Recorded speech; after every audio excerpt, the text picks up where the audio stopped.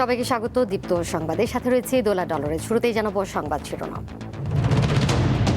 পবিত্র আশুরা আজ, কারবালার রক্তাক্ত ঐতিহাসিক ঘটনা স্মরণে ঢাকায় তাজিয়া মিছিল।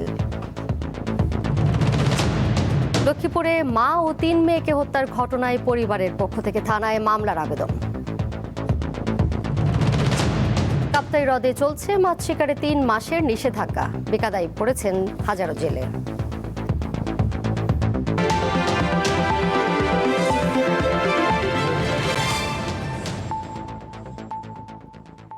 চীনের প্রেসিডেন্ট শি জিনপিং এর সঙ্গে সাক্ষাৎ করেছেন প্রধানমন্ত্রী তারেক রহমান। স্থানীয় সময় শুক্রবার সকালে বেইজিংয়ের গ্রেট হল অফ দ্য পিপলে এই বৈঠক হয়।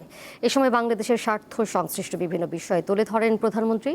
এর আগে চীনের ঐতিহাসিক তিয়েনানমেন স্কোয়ারে অবস্থিত স্মৃতিস্তম্ভে পুষ্পস্তবক অর্পণ করেন বাংলাদেশ সরকার প্রধান।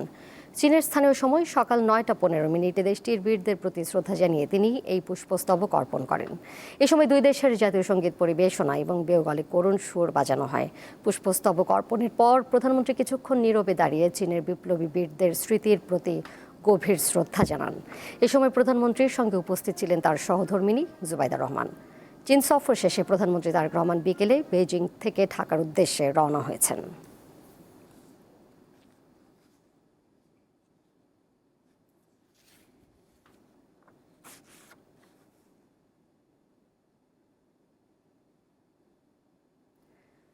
আজ 10 মহরম, পবিত্র আশুরা। দিনটি সারা বিশ্বের মুসলমানদের কাছে অত্যন্ত তাৎপর্যপূর্ণ ও শোকাবহ। ইসলামের ইতিহাসে এই দিনে সংঘটিত নানা গুরুত্বপূর্ণ ঘটনার মধ্যে কারবালার মর্মান্তিক ঘটনা বিশেষভাবে স্মরণ করা হয়। হিজরি 61 সনের 10 মহরম কারবালার প্রান্তরে ফোরাত নদীর তীরে মহানবী হজরত মুহাম্মদ সাল্লাল্লাহু আলাইহি ওয়াসাল্লামের দৌহিত্র হজরত ইমাম হোসেন রাদিয়াল্লাহু আনহু এবং তার পরিবারের সদস্যরা নির্মমভাবে শহীদ হন। ইসলাম ধর্মের মহান আদর্শ সমুন্নত রাখতে এই আত্মত্যাগ মানবতার ইতিহাসে সমুজ্জ্বল হয়েছে। কারবালার শোকাবহ এই ঘটনা অন্যায় ও অত্যাচারের বিরুদ্ধে সোচ্চার হতে অনুপ্রেরণা যোগায়।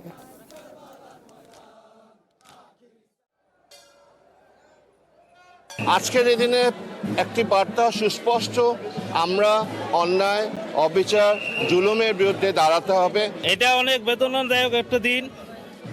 সে তার পবিত্র রক্তের বিনিময়ে সে তার ইসলামের জন্য তার পবিত্র রক্তকে সে দান করেছে।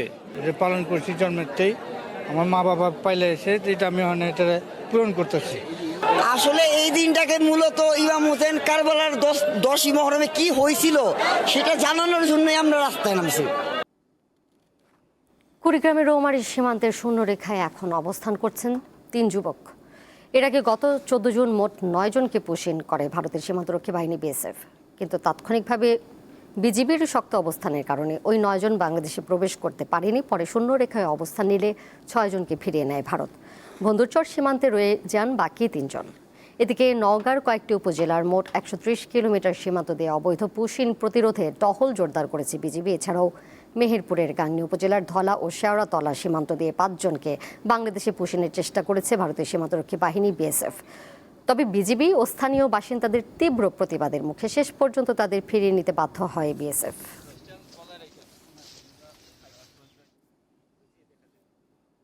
এবার কেওয়াই স্টিল চট্টগ্রাম সংবাদ।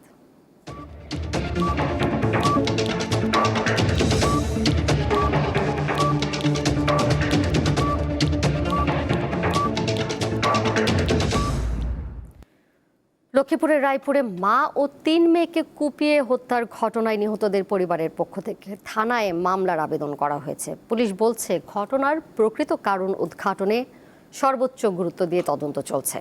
বৃহস্পতিবার লক্ষ্মীপুরের রায়পুর পৌরসভার গোডাউন রোডের একটি ভাড়া বাসায় ঢুকে মা শাহিনুর বেগম ও তার 3 মেয়ে সাইমা আক্তার, ইকরা আক্তার এবং শিফা আক্তারকে কুপিয়ে হত্যা করে অন্তর মজুমদার।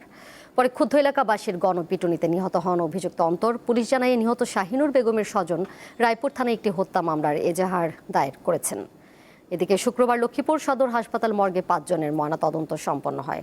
শাহিনুর বেগম ও তার 3 মেয়ের মরদেহ স্বজনদের কাছে হস্তান্তর করা হয়েছে। রায়পুরে তাদের প্রথম জানাজার নামাজ অনুষ্ঠিত হয়। নিহতদের গ্রামের বাড়ি কুমিল্লায়, দ্বিতীয় জানাজা শেষে তাদের পারিবারিক কবরস্থানে দাফন করা হবে। খুনের বিষয়ে মামলা প্রক্রিয়াধীন, মামলার কাজ চলতেছে। আমরা স্থানীয়ভাবে ব্যাপকভাবে তদন্ত করতেছি। এখন তো যে সাসপেক্ট সেও মারা গেছে, ভিকটিম সেও মারা গেছে, যার কারণে এর ক্লু উদ্ঘাটন করতে একটু সময় লাগতেছে। ইনশাল্লাহ আমরা বিস্তারিত তদন্তে ক্লু উদ্ঘাটন করতে পারবো।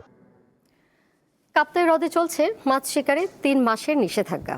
এই সময় সরকারি প্রণোদনা দেওয়া হলেও তা পর্যাপ্ত না হয় মানবেতর জীবনযাপন করতে হচ্ছে জেলেদের। এজন্য জেলে পরিবারগুলোর জন্য বরাদ্দ বাড়ানোর দাবি সংশ্লিষ্টদের। কাপ্তাই হ্রদে সব ধরনের মাছ শিকারে গত 1 মে থেকে নিষেধাজ্ঞা দেয় সরকার। 3 মাসের নিষেধাজ্ঞা চলবে 31 জুলাই পর্যন্ত।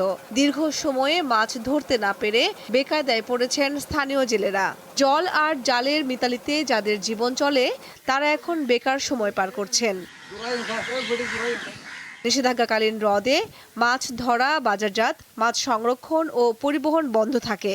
এতে সবচেয়ে বেশি প্রভাব পড়েছে খাগড়াছড়ির মহালছড়ির জেলে পল্লীগুলোতে। প্রতি বছরে 3 মাস কাপ্তাই লেক বন্ধ থাকে। বন্ধ মৌসুমে এইখানে পোনা ছাড়া হয়। সরকার আমাদের মাসে 20 কেজি করে চাউল দিতেছে, সেই চাউলে আমাদের চলতেছে না। অবশ্য সরকারিভাবে কার্ডের মাধ্যমে জেলেদের প্রতি মাসে 20 কেজি করে চাল দেয়া হচ্ছে।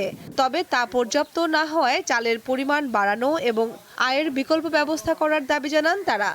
9 মাস ডাল চলে, 3 মাস সাইট বন্ধ থাকে, সংসার নিয়ে খুব কষ্ট হয়ে যায়। সঠিক সময়ে যদি আপনার সাইট খুলে তে মনে করেন যে আমরা সুখ শান্তিতে চলতে পারি। মাছ ধরা নিষেধাজ্ঞাকালীন সময়ে জেলেদের বিকল্প আয়ের ব্যবস্থা করার আশ্বাসও দিলেন এই কর্মকর্তা। ধরা নিষিদ্ধ করা হয় সরকারের পক্ষ থেকে, সেই সময়ে তাদের জন্য কিছু পুনর্বাসনের ব্যবস্থা করা হয়। পাশাপাশি লোকালি আমরা যেন তাদের কর্মসংস্থান হয় সে বিষয়ে আমরা বেশ কিছু পদক্ষেপ গ্রহণ করেছি। কাপ্তাই হ্রদের 4টি মৎস্য অবতরণ কেন্দ্র রয়েছে। এর মধ্যে শুধুমাত্র মহালছড়িতেই 3000-এরও বেশি জেলে রয়েছে। কামরুন নাহার, দীপ্ত, বার্তাকক্ষ। চট্টগ্রামে মাদক বিরোধী অভিযান চালিয়েছে র্যাব। র্যাব 7-এর অভিযানে ফেনী, কুমিল্লা ও চট্টগ্রামের পৃথক অভিযানে প্রায় 290 কেজি গাঁজা, 5800 পিস ইয়াবা সহ বিভিন্ন মাদক উদ্ধার করা হয়। এ সময় গ্রেপ্তার করা হয় 5 জন মাদক কারবারিকে।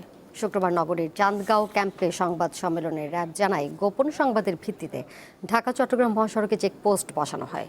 এ সময় যাত্রীবাহী বাসে তল্লাশি চালিয়ে 2 নারীকে আটক করা হয়। পরে তাদের দেওয়া তথ্যের ভিত্তিতে কুমিল্লার 14গ্রাম উপজেলার গোমার বাড়ি এলাকায় অভিযান পরিচালনা করে র্যাব। এ সময় আরও 2 মাদক কারবারিকে আটক করা হয়। অন্যদিকে চট্টগ্রামের আনোয়ারা উপজেলার সরকারহাট এলাকা থেকে এক রোহিঙ্গা মাদক কারবারিকেও গ্রেপ্তার করা হয়। তাদের বিরুদ্ধে আইনগত ব্যবস্থা নেওয়া হচ্ছে বলে জানায় র্যাব।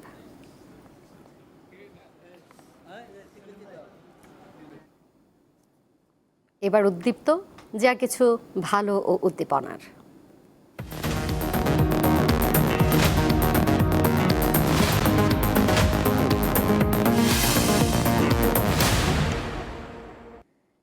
একটি সমন্বিত কৃষি ক্লিনিক স্থাপন করে সাড়া ফেলেছেন দিনাজপুরের কৃষক আমিনুল ইসলাম। দীর্ঘ 26 বছর ধরে স্থানীয় কৃষক ও খামারিদের বিনামূল্যে বা স্বল্প মূল্যে সমন্বিত কৃষি বিষয়ক চিকিৎসা সেবা ও পরামর্শ দিয়ে যাচ্ছেন তিনি। নিজের বাড়িতেই গড়ে তুলেছেন এই কৃষি ক্লিনিক।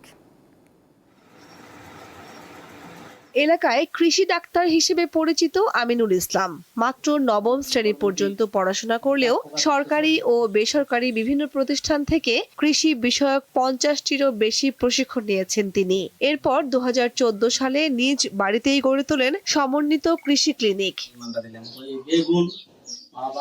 এই ক্লিনিকে দেয়া হয় কৃষি বিষয়ক ওয়ান স্টপ সমাধান, আছে পরীক্ষাগার, লাইব্রেরি এবং অনফিল্ড সেবা। ফসল, গবাদি পশু এবং মাছের নানা রোগের প্রাথমিক চিকিৎসা ও পরামর্শ দেয়া হয় এখানে। কৃষকদের সমস্যা সমাধানে বিভিন্ন সার্জিক্যাল যন্ত্রপাতি, ওষুধ সামগ্রী এবং জরুরি উপাদান নিয়ে কখনো কখনো আমিনুল সরাসরি ছুটে যান কৃষকের খামারে। গরু, ছাগল, হাঁস, মুরগির বিভিন্ন সমস্যা হয়, এগুলো সমস্যা নিয়ে আছে। এগুলো আমি মোটামুটি যতদূর পারা যায় শনাক্ত করে চিকিৎসা দিই, যেটা জটিল বা কঠিন মনে হয়। এই লাইভস্টক ডিপার্টমেন্টের বিভিন্ন ধরনের যারা উচ্চতর ডিগ্রি প্রাপ্ত পর্যায়ের বিশেষজ্ঞ আছে ওনাদের সঙ্গে পরামর্শ করি। এই ক্লিনিকে মাটি ও পানি পরীক্ষার আধুনিক যন্ত্র সহ লাইব্রেরিতে রয়েছে কৃষি বিষয়ক প্রায় 1,500-এরও বেশি বই। নিম, মেহগনি, ধুতুরা সহ 10টি ওষুধি গাছের পাতা দিয়ে নিজেই তৈরি করেন বিশেষ জৈব বালাইনাশক। বাড়ির চারপাশে প্রায় 75 রকমের ওষুধি গাছ সংগৃহীত আছে। স্থানীয়রা তাকে ভালোবেসে ডাকেন কৃষি ডাক্তার আমিনুল ভাই। ওনার কাছে গেলে আমাকে ভালো পরামর্শ দেয়, ভালো ঔষধ দেয়। এই যে আমাদের আমিনুল ভাই ডাক্তার কৃষিবিদ, ওনার কাছে আমরা আস্তে আস্তে পরামর্শ দিতে যাই। ওনার কাছে আমরা চিকিৎসা নেওয়ার কারণে আমাদের ক্ষেত খামারের খুব ভালো হয়। কামরুন নাহার, দীপ্ত, বার্তা কক্ষ। নানা আয়োজনে পটুয়াখালী ও নাটোর সহ বিভিন্ন স্থানে পালিত হয়েছে মাদক দ্রব্যের অপব্যবহার ও অবৈধ পাচার বিরোধী আন্তর্জাতিক দিবস। পটুয়াখালীতে সকাল 10:30টায় জেলা প্রশাসন ও মাদকদ্রব্য নিয়ন্ত্রণ অধিদপ্তরের আয়োজনে জেলা প্রশাসকের কার্যালয় থেকে বর্ণাঢ্য র্যালি বের হয়। র্যালিটি শহরের গুরুত্বপূর্ণ সড়ক প্রদক্ষিণ করে শেষ হয়। পরে জেলা প্রশাসকের সম্মেলন কক্ষে আলোচনা সভা অনুষ্ঠিত হয়।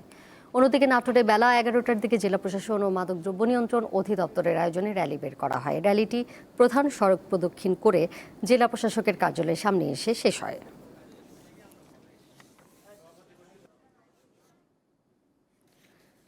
কুড়িগ্রামের নদ নদীর পানি কমতে থাকায় জেলার নিম্নাঞ্চলের বন্যা পরিস্থিতির কিছুটা উন্নতি হয়েছে। তবে পানি হ্রাস পেতে শুরু করলেও জেলা জুড়ে দেখা দিয়েছে তীব্র নদী ভাঙন।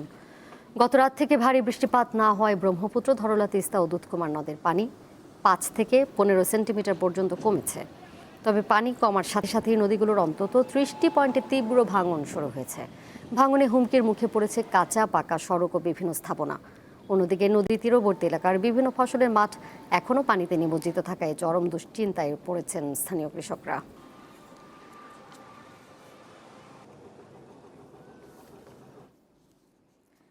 দেশের শীর্ষ ইলেকট্রনিক্স পণ্য বিক্রয় ও সেবাদানকারী প্রতিষ্ঠান ওয়ালটন সারা দেশে মেডিকেল ক্যাম্প করেছে। সারা দেশের 7 শতাধিক ওয়ালটন প্লাজায় দিনব্যাপী মেডিকেল ক্যাম্পের আওতায় জনসাধারণকে ফ্রি চিকিৎসা সেবা প্রদান করা হয়। গত বুধবার মেডিকেল ক্যাম্পে ওয়ালটন প্লাজার গ্রাহক ছাড়াও সর্বস্তরের মানুষ ফ্রি সেবা গ্রহণ করেন। রাজধানীর মিরপুর মাজার রোড ওয়ালটন প্লাজায় ফিতা কেটে মেডিকেল ক্যাম্পের উদ্বোধন করেন ওয়ালটন প্লাজার managing partner SM Mahbubul Alam. সে সময় তিনি ওয়ালটন প্লাজার হ্যাপিনেস অ্যান্ড হেলথ কেয়ার প্রজেক্টের আওতায় গ্রাহকদের ফ্রি চিকিৎসা সেবা দেওয়ার লক্ষ্যে একটি বিশেষ হটলাইন নাম্বার উদ্বোধন করেন। অনুষ্ঠানে অন্যদের মধ্যে আরও উপস্থিত ছিলেন ওয়ালটন প্লাজার ম্যানেজিং ডিরেক্টর মোহাম্মদ রায়হান সহ প্রতিষ্ঠানটির ঊর্ধ্বতন কর্মকর্তাগণ।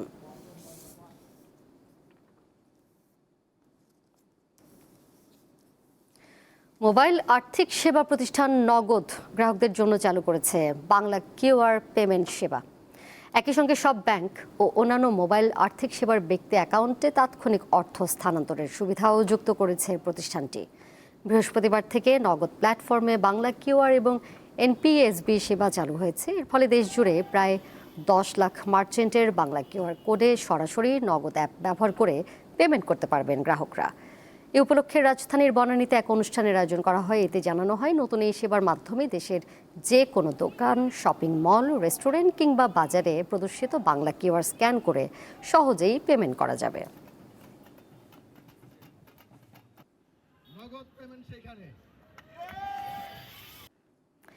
এর সাথে শেষ করব দীপ্ত সংবাদ। যাবার আগে শিরোনামগুলো জানিয়ে দিব আরও একবার। পবিত্র আশুরা আজ, কারবালার রক্তাক্ত ঐতিহাসিক ঘটনা স্মরণে ঢাকায় তাজিয়া মিছিল। লক্ষ্মীপুরে মা ও 3 মেয়েকে হত্যার ঘটনায় পরিবারের পক্ষ থেকে থানায় মামলার আবেদন। কাপ্তাই হ্রদে চলছে মাছ শিকারে 3 মাসের নিষেধাজ্ঞা, বেকায়দায় পড়েছেন হাজারো জেলে।